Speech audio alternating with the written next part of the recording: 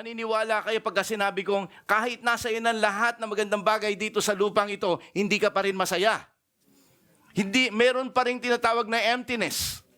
Hindi pa rin kompleto, kahit nasa iyo ng lahat. Bakit? Sapagkat sadyang ang tao ay nilagyan ng Diyos ng emptiness diyan sa kanyang puso because that is only reserved, what? For the main purpose of our lives. And then you can ask some people na naglilingkod sa Panginoon kahit dumadaan at dumaranas ng mga paghihirap, they can even say straight from the eyes, looking at you at sasabihin niyang, I'm satisfied and I'm happy. Why? Because that person found the true meaning of life. He found the true meaning of his purpose sa buhay na ito. That's the reason why yun ang ayaw mangyari ni Satanas sa buhay mo ngayon. That's why he's trying to confuse us, to lure us at tayo'y mahahatak ang ating atensyon sa ibang mga bagay. That's the kind of battle that we are into. Kaya po, pinamagatan ko ang aking mensahe, okay? The good fight. The battle life of kingdom people.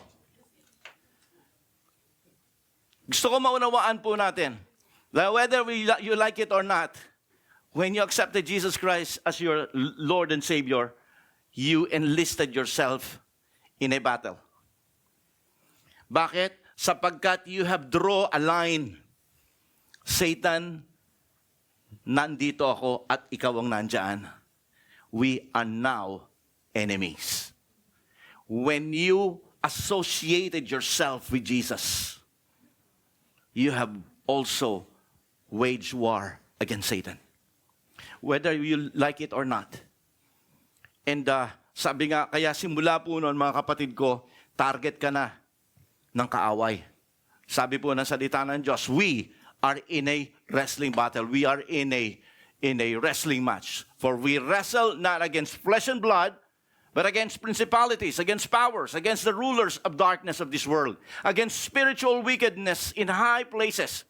Look at this. There are powers, principalities, talking about spirit being. And this spirit being is not the divine being. This spirit being are the rulers of this darkness of this world. And at the same time, niliwanag dito ni Pablo that these are spiritual wickedness in high places. These are sophisticated cosmic spirits that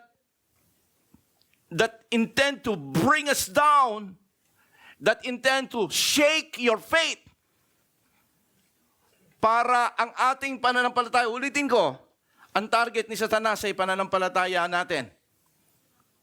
This battle is not against people.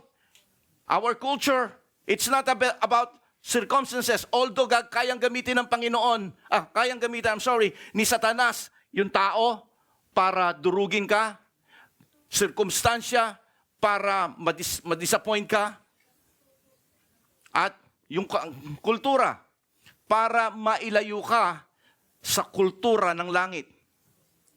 Okay, tandaan po natin, malayo na po ang kulturang sinasabi rito sa Biblia sa kulturang pinamumuhayan natin sa henerasyong ito. Amen?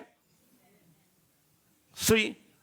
So, alam ni Satanas that if he can infect your faith, if he can dilute your faith, everything will eventually fall.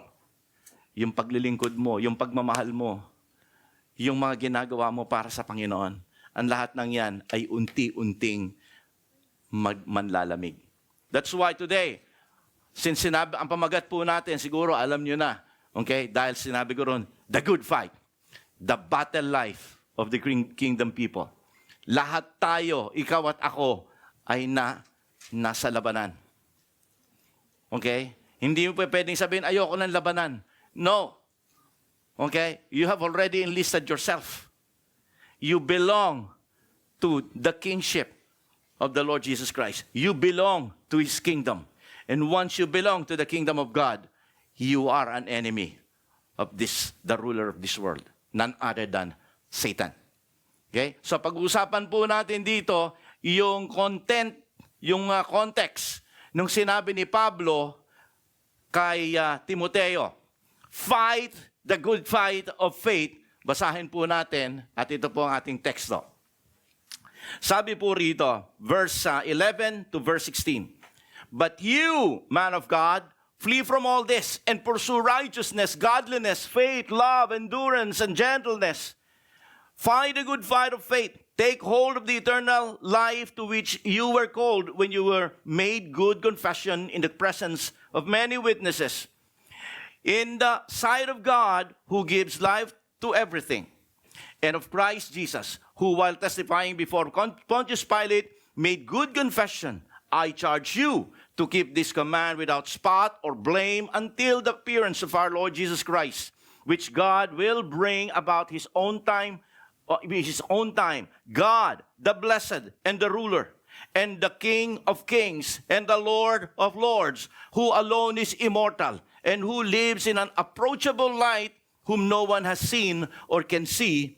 To him be honor and might forever. Amen. Now, this is the very last part of a 6th chapter letter of Paul to Timothy. The first letter of Paul to Timothy. Alam po ninyo kung bakit sinulat po ito ni ni Paul kay Timothy. Paul was already in jail. But he heard something going on in the life of Pastor Timothy.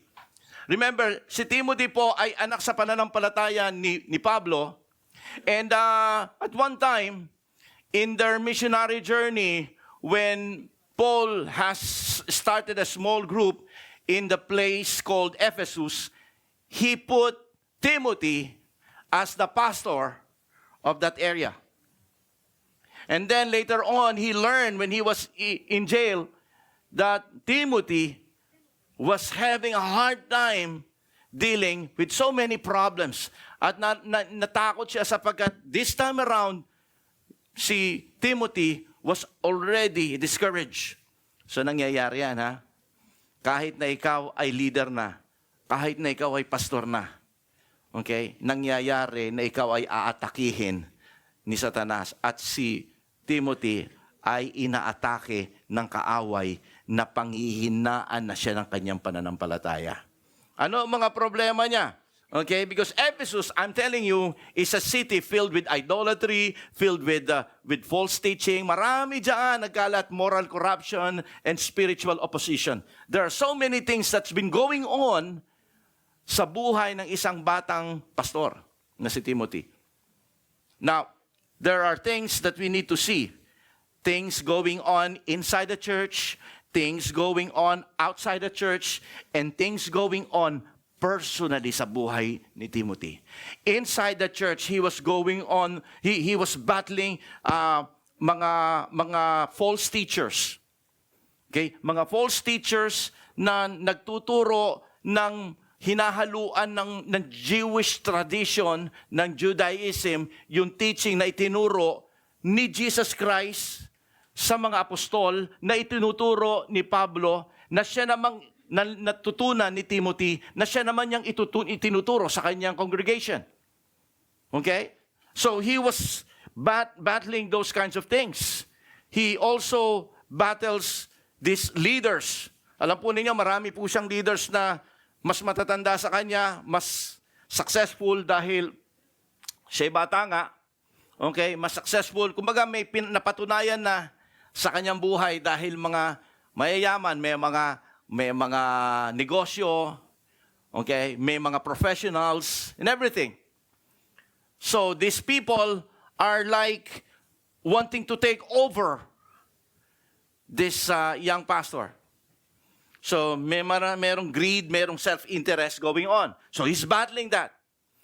Aside from that, dahil sa mga nangyayaring ito, yung kanyang mga miyembro is now beginning to drift.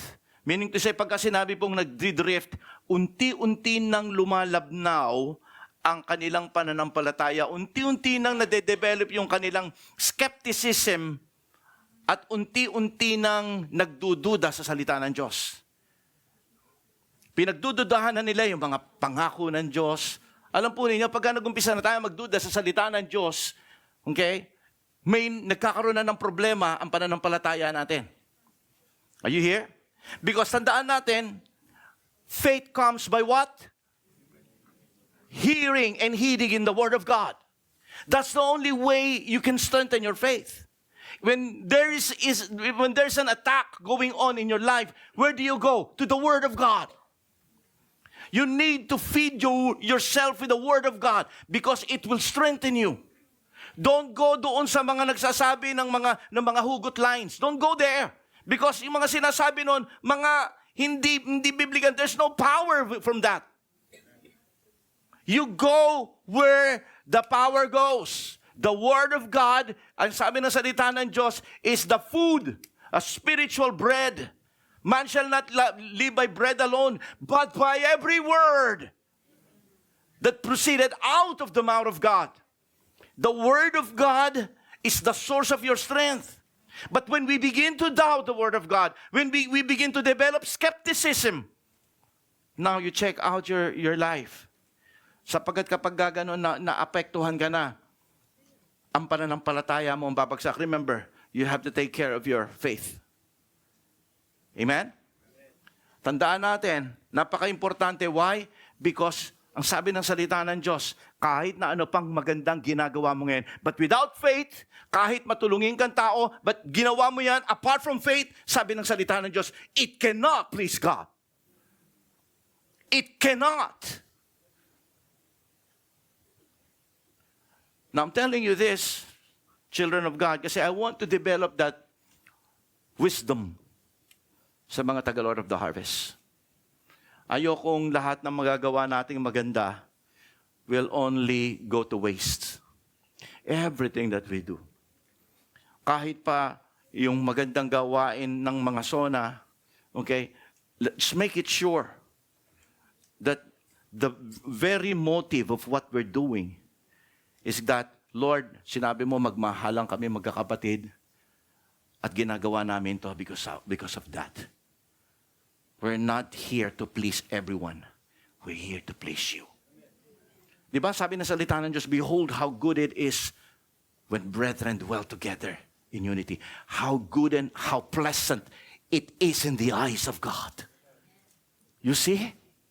When you separate yourself from one another without showing concern and love with one another, that is not good and pleasant in the eyes of God. It cannot please Him. That's why you need to make it sure that everything you do, in everything you do, just make it sure that it has a mixture. It is because of the faith that you have for our Lord Jesus Christ. Amen? Palakpakan po natin ating Panginoon dyan. So these are the problem going on inside the church. Okay?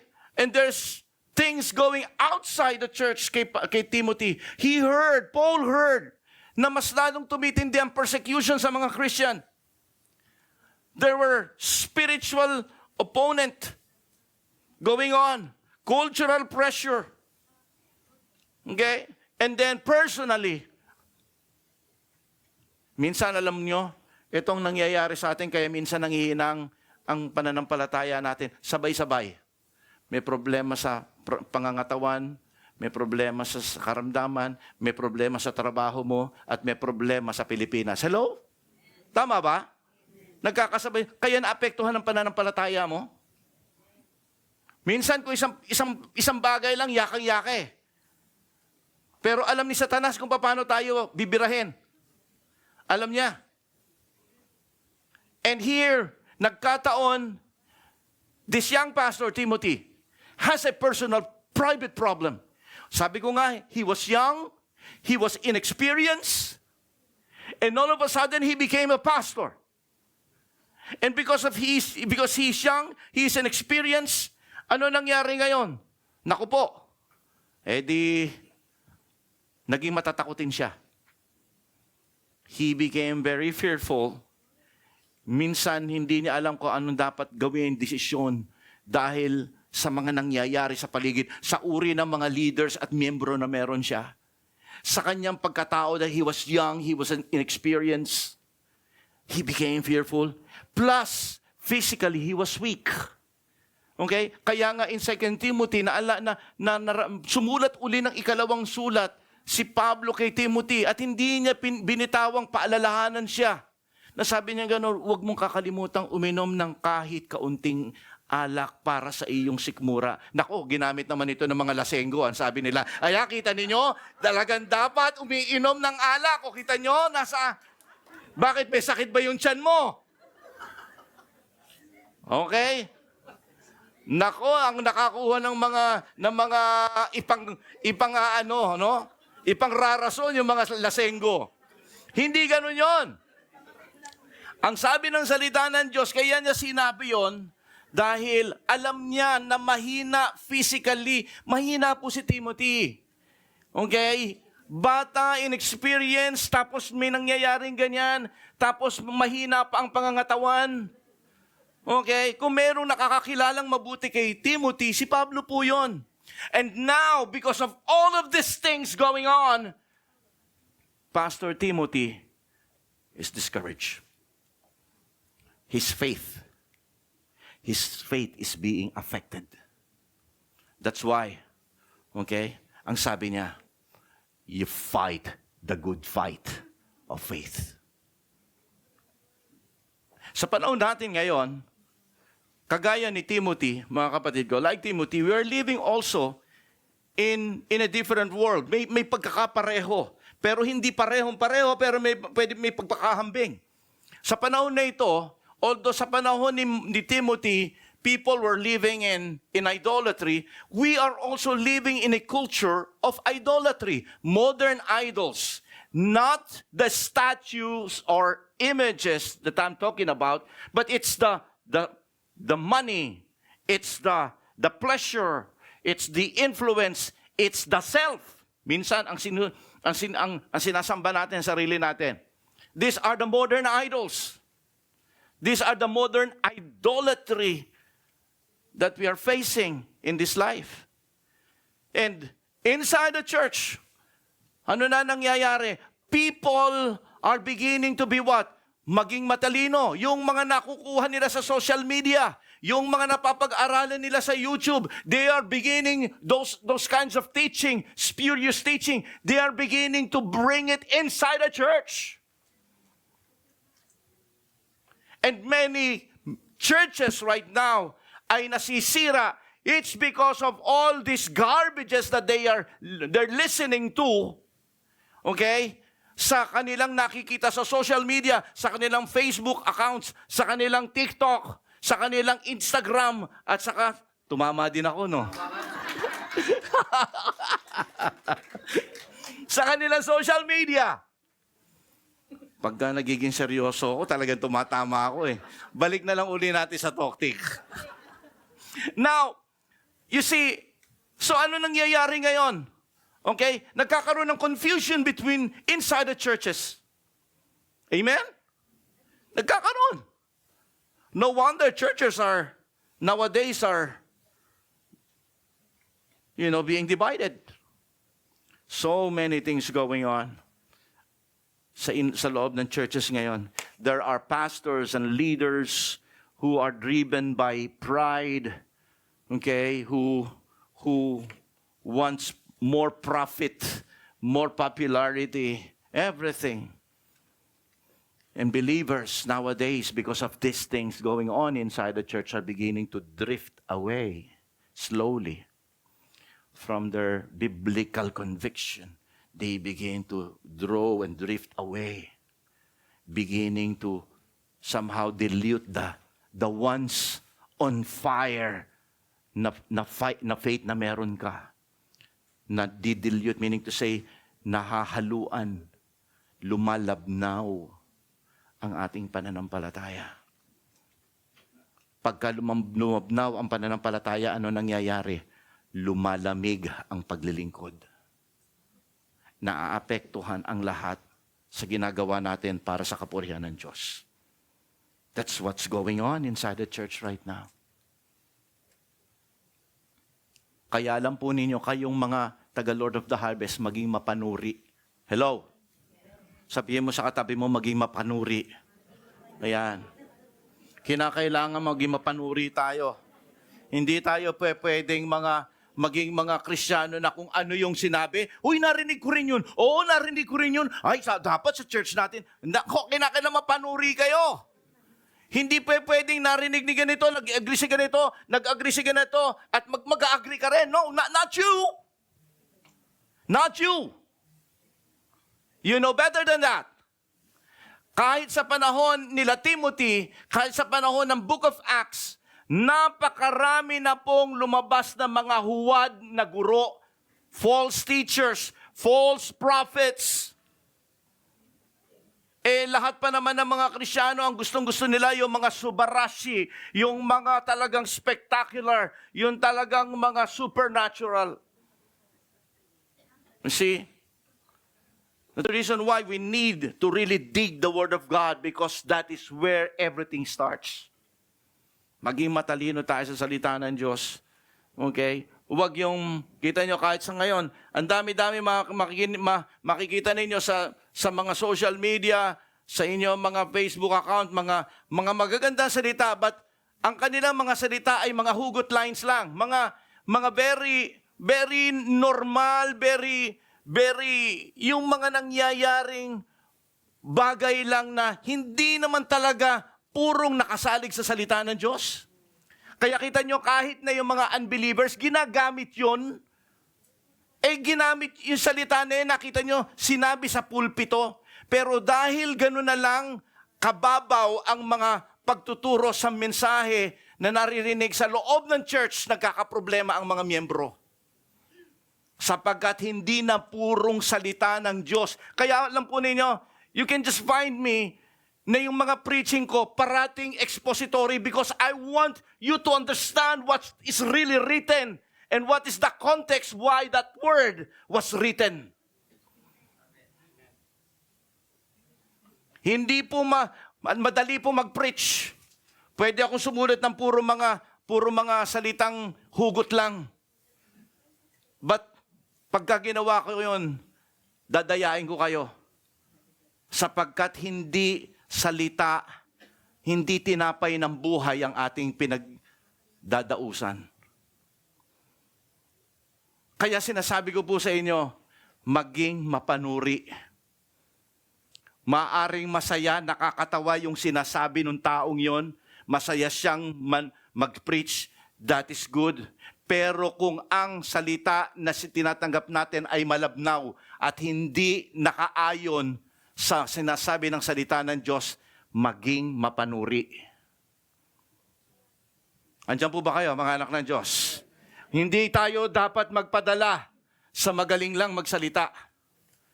Hindi tayo dapat magpadala sa mga salita na may hugot lang na parang, uy, ganda nung salita na yun ah.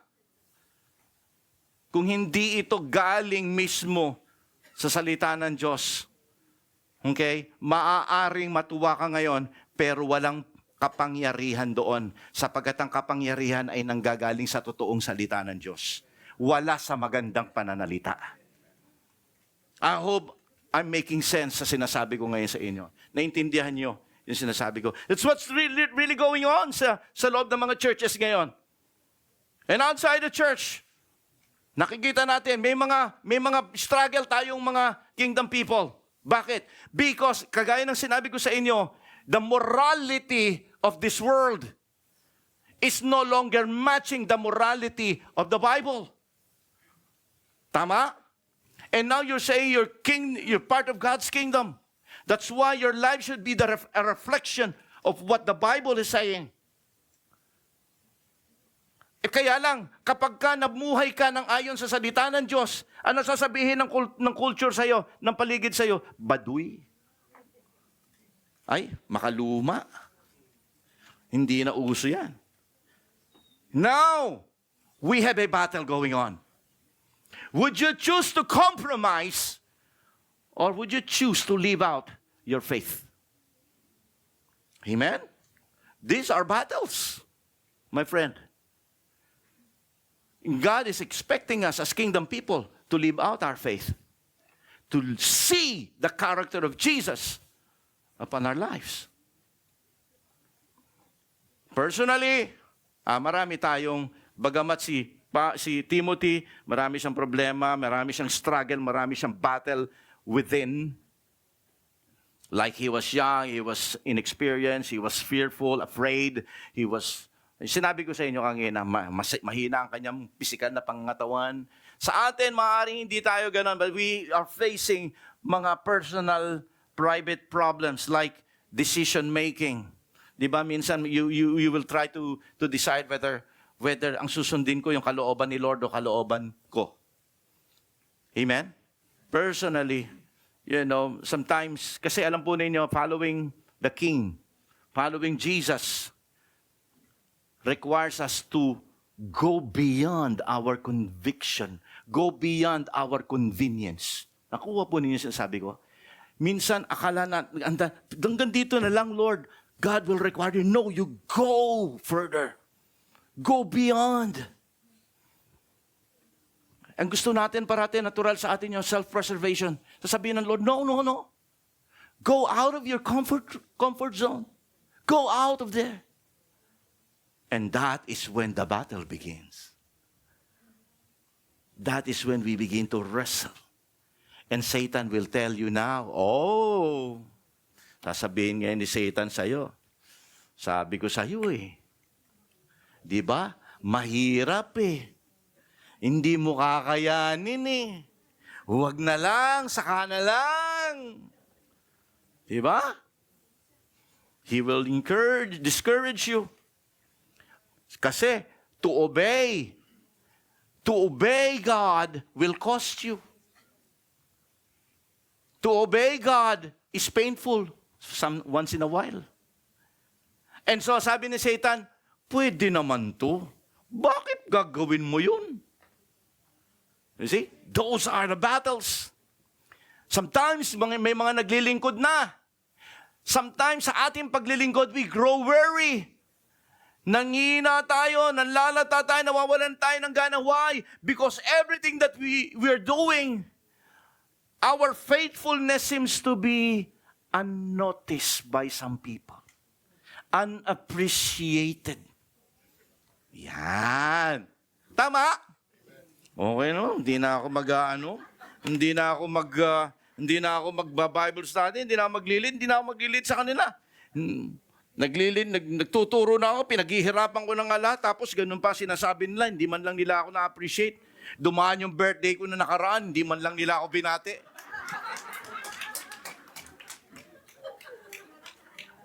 Hello? Totoo, hindi? Totoong. I mean, gusto ko makita natin dito mga kapatid ko. These are the things once in a while that we battle with. And Satan are using this kind of situation, using people, using situation like this to somehow to affect our faith. Sabi ko nga po sa inyo, when our faith is affected, our kingdom mission is disrupted. Ganun talaga ang buhay. Okay? Kaya po sa panahon natin ngayon, mabigat ang problema ni Timothy because during his time, there are intense persecution. Sa atin ngayon, hindi physical persecution. Okay? Ang nangyayari sa atin ngayon is the spiritual persecution. We're drifting away. Hindi na natin alam kung sinong gusto nating paniwalaan. Gagawin ba o hindi? Makikisama ba o hindi? But you see, kagaya ng sinabi ko sa inyo, when you accepted Jesus Christ, when you become part of God's kingdom, you become God's people, kingdom people, you draw the line already. Dito ako, diyan ka, Satanas. You have already drawn the line. And whether you like it or not, whether you are ready or not, Satan will destroy you. John 10:10 says, he will kill, he will steal, and he will destroy you. Wala siyang patawad. Baka akala ninyo may mercy si Satanas. No. I'm telling you that. He will destroy you. So, having said that, okay, gusto ko makita natin dito, no, sinabi ngayon dito ni Pablo ngayon, you fight the good fight of faith. Okay? You fight the good fight, in-encourage niya. At hindi po to basta encouragement. This is a command. You fight. There's no way you cannot fight. Because if you do not fight, dalawa lang bagay ang gagawin mo. You retreat or you fight. When you retreat, you already accepted your defeat. Now, kapag ka ikaw ay talo na sa labanan ng kaharian sa kaharian, anong nangyayari? Pagka natalo ka, ang gagawin nila, kukunin ka nila, ika-captive ka nila, at magiging slave ka nila. And that's what happened when you retreat, when you give up the fight. Satan will once again enslave you. He will captive you. He will put a bondage sa buhay mo. Or, sabi ko sa inyo, dalawa lang. You will give up, you will quit, you retreat, you surrender, or you will fight. Amen. There's no between. You will fight. Ang sabi ng salita ng Diyos, okay, kinakailangan ko lumaban. Kaya inutusan niya ni Pablo, you fight the good fight of faith. Because God is not raising spectators in heaven. Hindi ka rito nabubuhay, ginawa kanyang kingdom people para maging spectator. Tagamasid. Meron. Alright? No. He's raising kingdom people who will guard their faith. He's raising kingdom people who will stand firm for the truth. Amen? He's raising kingdom people who will advance the kingdom of God here on earth. That is your purpose. That is my purpose. Alam po ninyo, several days ago, nagmi-meeting ako, kamiting ko yung mga pastors natin sa Pilipinas because I'm preparing to go to the Philippines next week. And habang nagmi-meeting kami, I told them, natandaan ninyo, sabi ko sa mga pastor natin doon, na ang Lord of the Harvest is just a name. Okay? We're not building our own kingdom here. We are just aligning our church to the main kingdom agenda. Our church is just a name, but we are just arm of God. We are just arm of the kingdom of heaven here on earth para magampanan natin kung ano ang dapat gawin ng mga anak ng Diyos dito sa lupa. As pastors, our purpose is to train our members to live like a true kingdom people. And the body of Christ should be like that, should act like that. Hindi tayo na paghihiwalay dahil iba-iba ang pangalan natin. The kingdom people should be united for one purpose. Hindi tayo dapat hiwa-hiwalay dahil iba-ibang pangalan natin. We are not building our own kingdom here. We are not building a kingdom of JIL, a kingdom of word for the word, a kingdom of CCF. Walang kingdom na ganyan. All right? We are building one kingdom. It's the kingdom of our Lord Jesus Christ. The agenda of heaven. At kinakailangan lang, no, na naka-align tayo doon sa purpose na yon ng langit. So, tandaan natin. Think with me for a while. If faith is now under attack, if your faith is now under attack, if our faith is now under attack, and that faith is the only way to please our God. Pakinggan niyo mabuti to. Then, we must now understand how important it is to fight the good fight of faith. Nakuha niyo? Ulitin ko mabuti. Okay? Yung iba nakasimangot pa. Ano ibig sabihin? Parang hindi na parang ano eh. Okay? Ang ibig sabihin ganito. Kung ang pananampalataya mo ay inaatake ni Satanas. Nais niyang mawasak ang pananampalataya mo. Ganun na lamang ang panggigigil niya na mawasak, lumabnaw, matunaw ang pananampalataya mo. Tapos, ito ang God. That the only way you can please our God, our King, is because of that faith. Then, it is important for us to really know how important it is to fight the good fight of faith. Nakuha niyo yan? Medyo may maliwanag na ng konti. Medyo, yung mata ni, yung kilay ni Brother Mar, medyo pumantay na ng konti. Nakita ko na Okay? So, tingnan natin. Pag-usapan natin mabuti yung konteksto. Para maging, pakipindot na lang. Parang nawala na yung Okay? The exhortation. Okay? Puntahan natin yung para mas lalo nating maunawaan. Sabi doon sa verse 12. Dahil nandito yung pinaka-center ng ating mensahe. Sabi po rito, fight the good fight of faith, take hold of the eternal life which you were called. Now, I'm telling you, this is a command. Sabi ko nga po sa inyo kanina, but you need to understand here. The truth is, fight the good fight of faith. Anong una natin makikita rito? That there is a real battle going on. We live under the kingship of our Lord Jesus Christ. And if you are living under the kingship of our Lord Jesus Christ, there's no way for you to become lazy. Amen?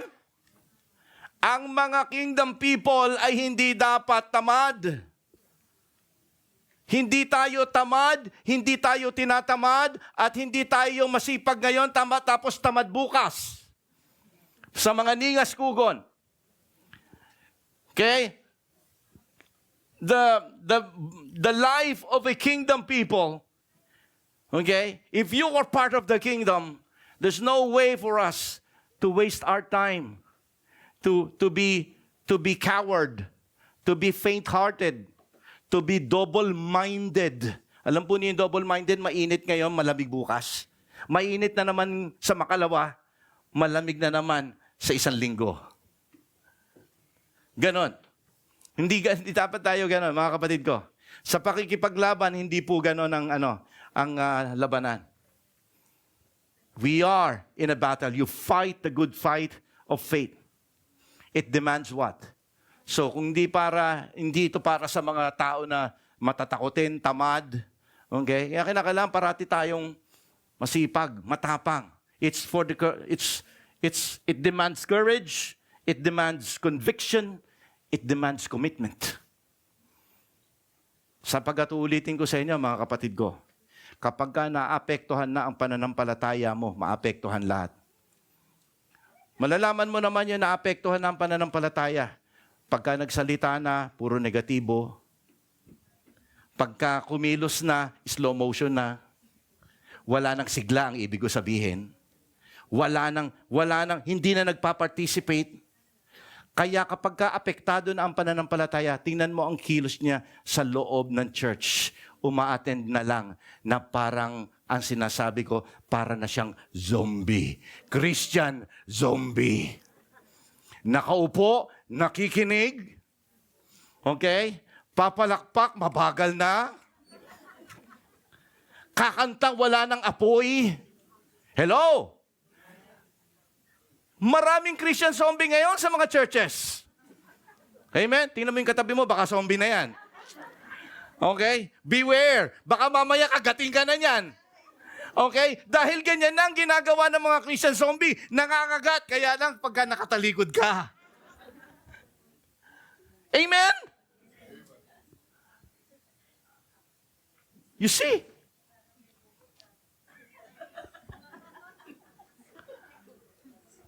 Hugot ba ang dating? Gusto kong makita natin yon. So, I mean, look at this. The very word na ginamit dito, na Greek word ni Timothy, this word fight is agonizomai. Agonizomai, that is where we derive the word agony or agonizing. Okay? Now, ewan ko sa inyo, ako mahilig ako manood ng MMA, ng UFC, okay. One Championship, mahilig ako manood dyan, mga MMA sports. Talagang basagan ang mukha. Okay? Yung talaga nagbabalian ng buto. And one thing I see, okay, talagang pagka nagkahawakan na sila, okay, talagang nag-exert sila ng lakas. At makikita nyo naman, yung isang nananalo, parang siya pa yung nahihirapan dahil pero yung isa naman, ano din, I mean, when you fight, there's agony. There's pressure, there's pain. Amen? Now, tingnan po natin dito mga kapatid ko. Sabi rito ngayon ni Paul kay Timothy, you fight. So, ang buhay ng isang kingdom people ay hindi talaga parating masaya. Bakit ko sinasabi ngayon sa inyo to? Kasi you might get disappointed with God. Maraming mga mananampalataya ang nadidisappoint kay Lord. Akala ko ba ang buhay Kristiyano masayang tunay? Akala ko ba ang buhay Kristiyano mananagumpay? Akala ko ba ang buhay Kristiyano may kapayapaan? Oh yes. Ibibigay sa iyo ng Panginoon yan sa gitna ng labanan. Dahil kailangan mo yan. Pero kung hindi ka lalaban at ang nasa isip mo lamang ay yung mga ganun, dumating muna yon bago ka lumaban, nagkakamali ka. Are you here? Alam po ninyo, ewan ko kung naniniwala kayo sa salitang second breath. Alam niyo yung second breath? Yung second breath, kapag kang, anbawa, kunyari sa boksingero, okay, nangihina na siya. From round 1 hanggang round 5, pahina na siya. Pero nung nag-umpisa ng round 6, biglang sumigla na naman siya. Parang round 1 lang yung, yun yung tinatawag na second breath. Nakakabawi siya. At bumabalik ulit dahil bunga yun ng matagal niyang pagtitrained. Yun yung second breath. Okay? Nakaka-recover yung kanyang katawan para lumakas muli. That's the word second. At alam po ninyo, meron tayong second breath. God is providing that second breath to you. Amen? So, alam po ninyo mga kapatid ko, ang labanan mahirap. Madidisappoint ka. But never ever get disappointed. Kung may problema ka ngayon, dapat mong isipin, I'm in a battle. Kapag ka nadagdagan yung problema mo, the battle is increasing. Because tandaan natin, gusto ko kayo encourage. Ibig sabihin, kapag ka ikaw ay nasa mabigat na labanan, ibig lang sabihin nun, tama ginagawa mo. Are you here? Hindi ka dadagdagan ng pressure ng dyablo kung mali ginagawa mo. Pero kung bumibigat ang laban, it only shows that you are fighting the right fight. You are doing the right thing. You are fighting the good fight of faith. Palakpakan po natin si Lord Jan. So never ever think na tayo po ay parang And usually, ang problema natin, before it becomes external, our battle starts from the internal. Okay? May labanan ka muna. Bago ka totoong makasunod sa Panginoon, may mga bagay kang lalabanan sa loob ng damdamin mo. Gaya nga sinabi ko sa inyo, sa inyong kaisipan. Diba? There's the battle of the mind. Sabihin nila, wala naman nangyayaring bago eh. Nothing is ever changing in your life. Okay? Simula na naging Kristiyano ka, sige nga, di ba? Mas pangit pa nga nangyari ngayon eh. Okay? You see? Akala mo ba tama ang ginagawa mo? Kita mo God has forgotten you? Maraming mga negative thoughts na pwedeng ilagay sa iyo ng dyablo sa inyong pagsunod. Kagaya na sinabi ko kanina, even in our obedience, sometimes obeying God's word, even when it costs opportunities, no? Sasabihin mo, sige Lord, gagawin ko, Panginoon, yung kalooban mo. Kahit na ito ay sana ito mas maganda ang opportunity ko dito eh. Ako, in my life, I have so many big opportunities, but I choose to live what God wants me to do.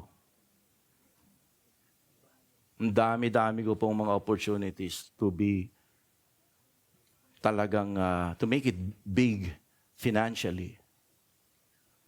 But, para sa akin, alam po ninyo, even if that will cost me opportunities and reputation, I'd rather obey because nandito, kagaya na sinabi ko sa inyo kanina, nandito yung joy ko, nandito yung satisfaction ko, mas kontento ako rito. Amen? Yun po, at alam ko ganun din kayo. Okay? Pero gusto ko maunawaan po ninyo, mga kapatid, ang pagsunod mahirap. Mga kapatid ko. It's the hardest thing to do because it requires surrender and not understanding. When you obey by faith, God will tell you something that you need to do. But it doesn't require understanding. Because many times God will tell you something that you need to do that doesn't make sense. Lord, bakit pinagagawa mo? Bakit ito? Bakit ganyan? It doesn't make sense. Pero, okay, ang pagsunod ayon sa iyong pananampalataya, it only needs not understanding, but surrender. Total surrender. God, here I am. I don't know why. I cannot understand why. I don't know, Lord God, these things is happening, but I will follow and obey anyway. That is what you call surrender, my friend. It's the hardest thing to do, but it shows how totally surrender you are to the King of Kings and the Lord of Lords na binasa natin kanina. Kaya po, fight the good fight of faith. Fight, this is present tense. Fight means it is a continuous action. Maaaring sabi ko nga sa inyo kanina, may fight ka ngayon, natapos kang mamayang gabi, pero pagkagising mo, may fight na naman. Okay? Nagpa-fight ka na rito, biglang may pa-fight dito. Okay? Ganun talaga ang laban. May kalaban ka sa physical na katawan mo, sa karamdaman mo. May karamdaman ka sa problema sa Pilipinas. Nangyayari yon. So, tandaan natin, ikaw ay nasa labanan. Sabi mo sa katabi mo, ikaw ay nasa labanan. You are in a fight. Okay? Now, pakinggan nyo ako. But you see, sometimes makakala naman natin parang it's a fight, parang wow, parang di yata maganda, parang disappointing. No, because the Word of God says, what Paul came out from his lips is that, yes, you are in a fight, but this is a good fight.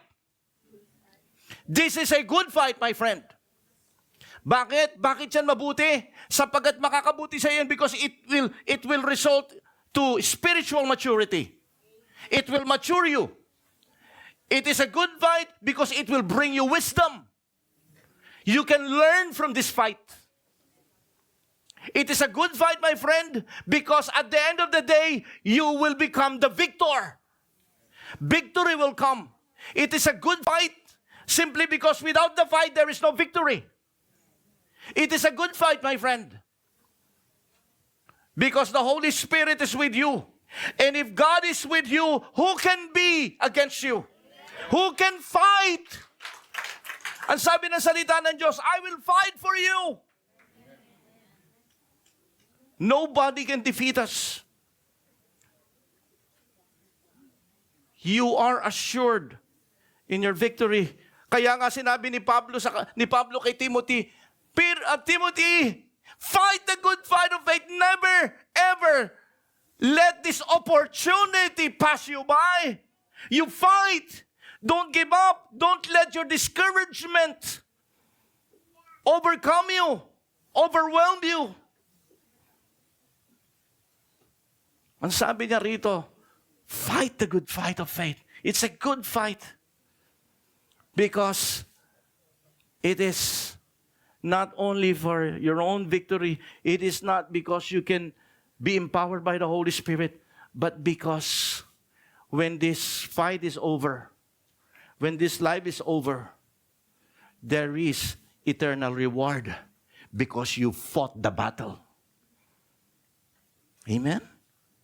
There is an eternal reward for those who fought the battle. Kaya lang po ninyo, mga kapatid ko, lahat ng talagang nagpagamit sa Panginoon, pagpasok natin sa langit, mga kapatid ko, nandoon yung ating haring si Jesus. Welcome, my good and faithful servant. And the whole congregation of heaven are clapping sapagkat ang hari ay nagsasalita. Welcoming you. Proud of what you have done. My friend, gusto ko maunawaan po ninyo, mga kapatid. Dito sa ibabaw ng lupang ito, what matters is how we live for Christ. Sabi niya, this is not just, you're not just fighting, this is a good fight, and our fight is about faith. Ipaglaban mo ang pananampalataya mo. Live out your faith. Never ever try to compromise. That is why this fight matters deeply. And then he started to say, hey, Timothy, you take hold of that eternal life. You take hold of that eternal life. Meaning to say, you take hold, grip it. Okay? Pagka sinabing take hold, it means that what? It's a warning. Paul is now warning Timothy, if you will let that discouragement continue, you will lose the grip of your what? Of your eternal life.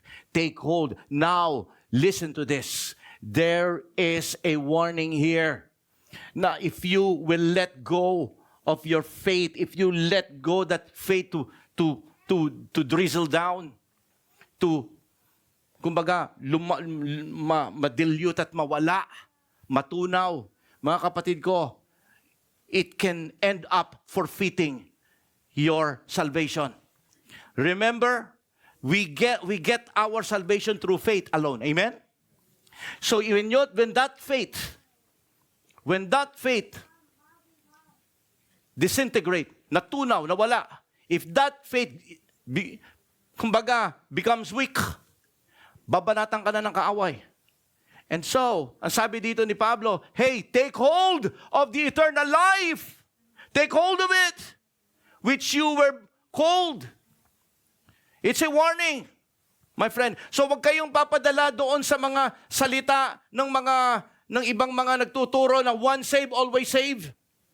Kung totoo ang once saved, always saved, di dapat hindi na tinutuloy ni Satanas ang labanan. Wala sana tayo sa battle because at the end of the day, kahit na anong gawin niya, kahit na anong gawin mo ngayon, kahit maging lazy ka, kahit na maging matatakutin ka, kahit wala kang gawin sa kingdom agenda dito sa ibabaw ng lupa ito, langit ka naman eh. Once saved, always saved daw eh. Don't ever be fooled by those kinds of teaching. Bakit ko sinasabi? Did you know na dito mismo sa 1 Timothy, the same book, 2 beses ginamit ni Pablo ang danger of what? Of backsliding. And he used different wordings. Dito sinabi niya, you take hold of eternal life. Okay? In 1 Timothy chapter 1 verse 19, look at this. Holding faith. Pareho, di ba? Holding faith.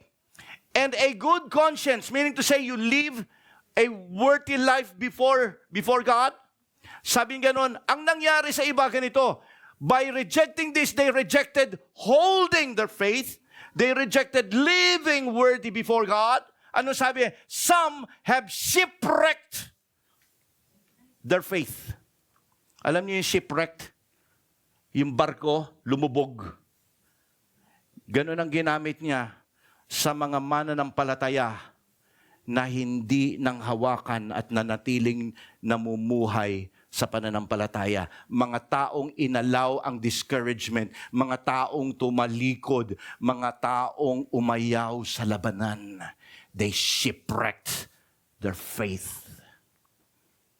In the same chapter, chapter 6, same book, 1 Timothy, mas napaaga lang kasi nag-umpisa tayo sa verse 11.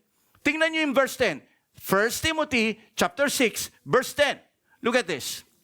For the love of money is a root of all kinds of evils. It is through his cravings that some have wandered away and pierced themselves with many pangs. Tingnan niyo yung ginamit niya rito. They wandered away from the... You see? They wandered, they drifted away from their faith. Umalis sila, humiwalay sila. Inalis nila ang buhay pananampalataya. And pierced themselves with what? With many pangs. Meaning to say, they got what? They got captive. They were trapped. See? Telling you, mag-iingat tayo. Because wag natin baliwalain ang labanan na nandito tayo. Wag natin sabihin na, kayang-kaya na, in Jesus' name lang yan. Wag tayo maging ganon. We are in a fierce battle, my friend. That's why, anong ginawa dito sa bandang ulian? Sabi rito, okay, Paul charged Timothy. Ang sabi po rin niya rito, verse 13.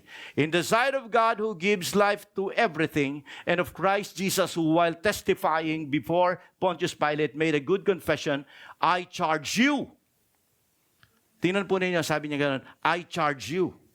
Now, listen, ito ay salitang kingdom. Kasi sa panahon nila Pablo, tandaan natin na mga kaharian yan. Amen? Kaharian, under sila ng kaharian ng empire ng Roma. Kanya-kanyang kaharian yan. Now, ganito ang mentality ng kaharian. Kapag sinabing, I charge you, halimbawa, okay, isa akong general at ako ang pinadala ng hari, okay, ni Caesar para pumunta doon sa lugar na yon at nakita ko kunyari, okay, si Bernana, okay, siya yung inutos, nakita ko na siya capable na mag-handle itong community na to.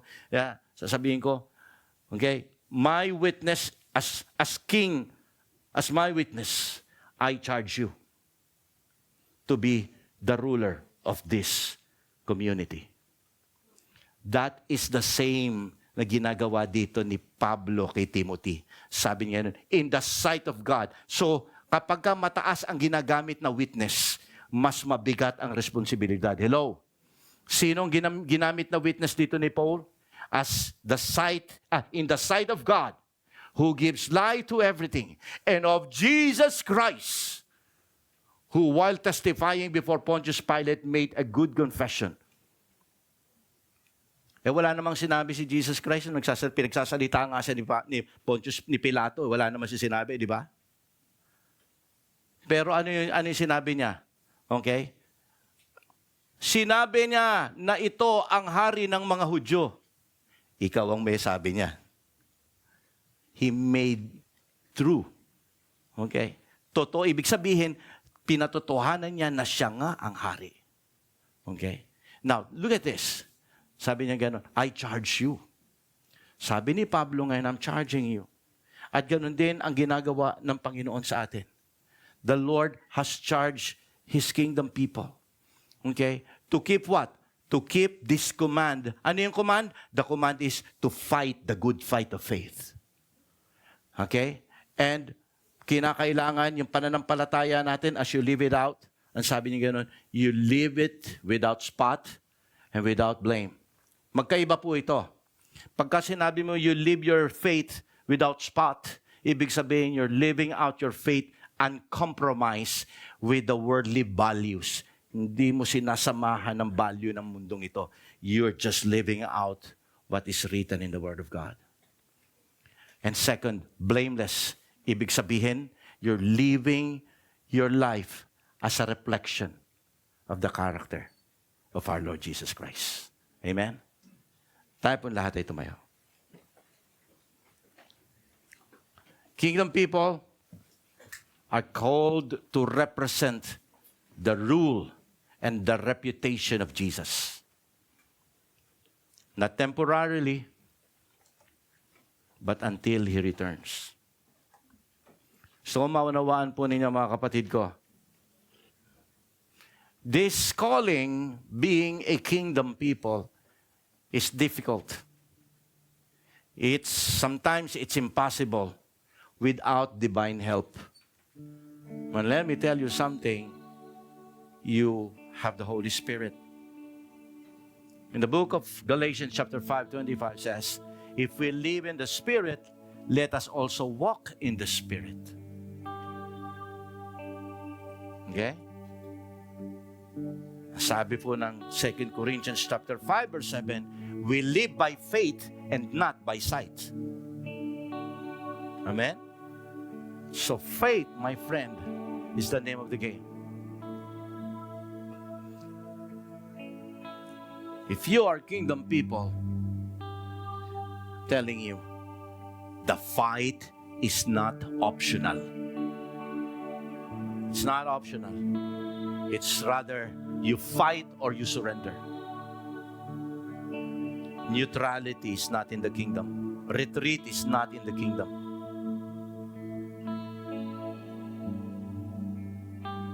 You fight because you know you will win. You fight because you are bound to defeat the enemy. Don't abandon what God has called you to be. Don't abandon. Bawat isa sa atin dito, okay? Ano man yung dinadaanan mong battle ngayon, let me tell you this, you will win the battle. It's not my word, it's the promise of God. And don't ever doubt the word of God. Pagka nag-doubt ka sa salita ng Diyos, saan ka pa kukuha ng lakas? You hold on, you hold fast. Let us all lift our hands now. Hallelujah. Dear Heavenly Father, today we are lifting our hands because we understand that we have to fight.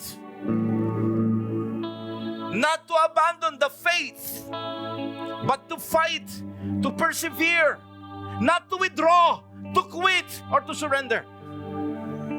We will hold fast. Amen.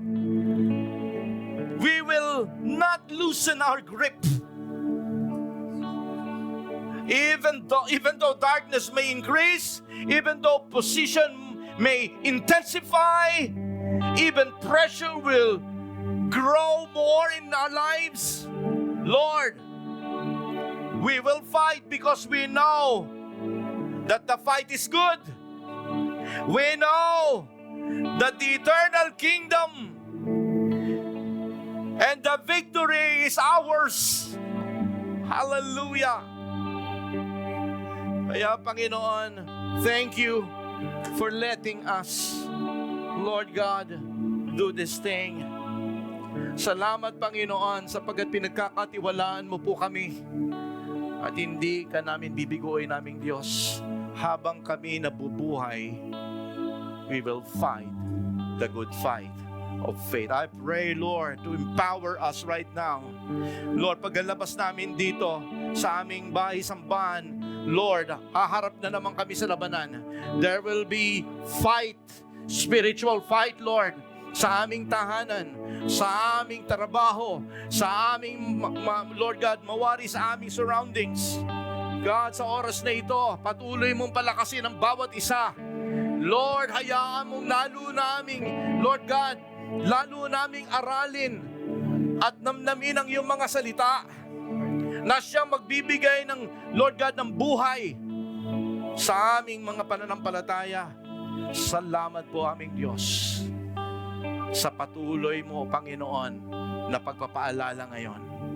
Hindi kami dapat ma-disappoint sa nangyayari kung may labanan. Hindi. Sapagkat normal ito sa mga tao ng Diyos. Kaya Panginoon, today we will go out full of strength, full of your presence upon our lives. Come on, everybody, speak out. Everyone, just speak out. Hallelujah. Make it more personal.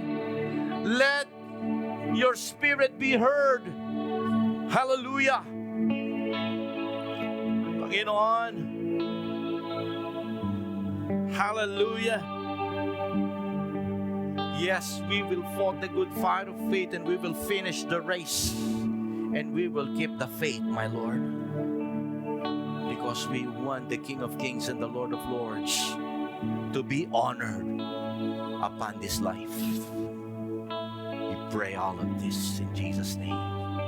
Amen. Palakpakan po natin ating Panginoon. Hallelujah.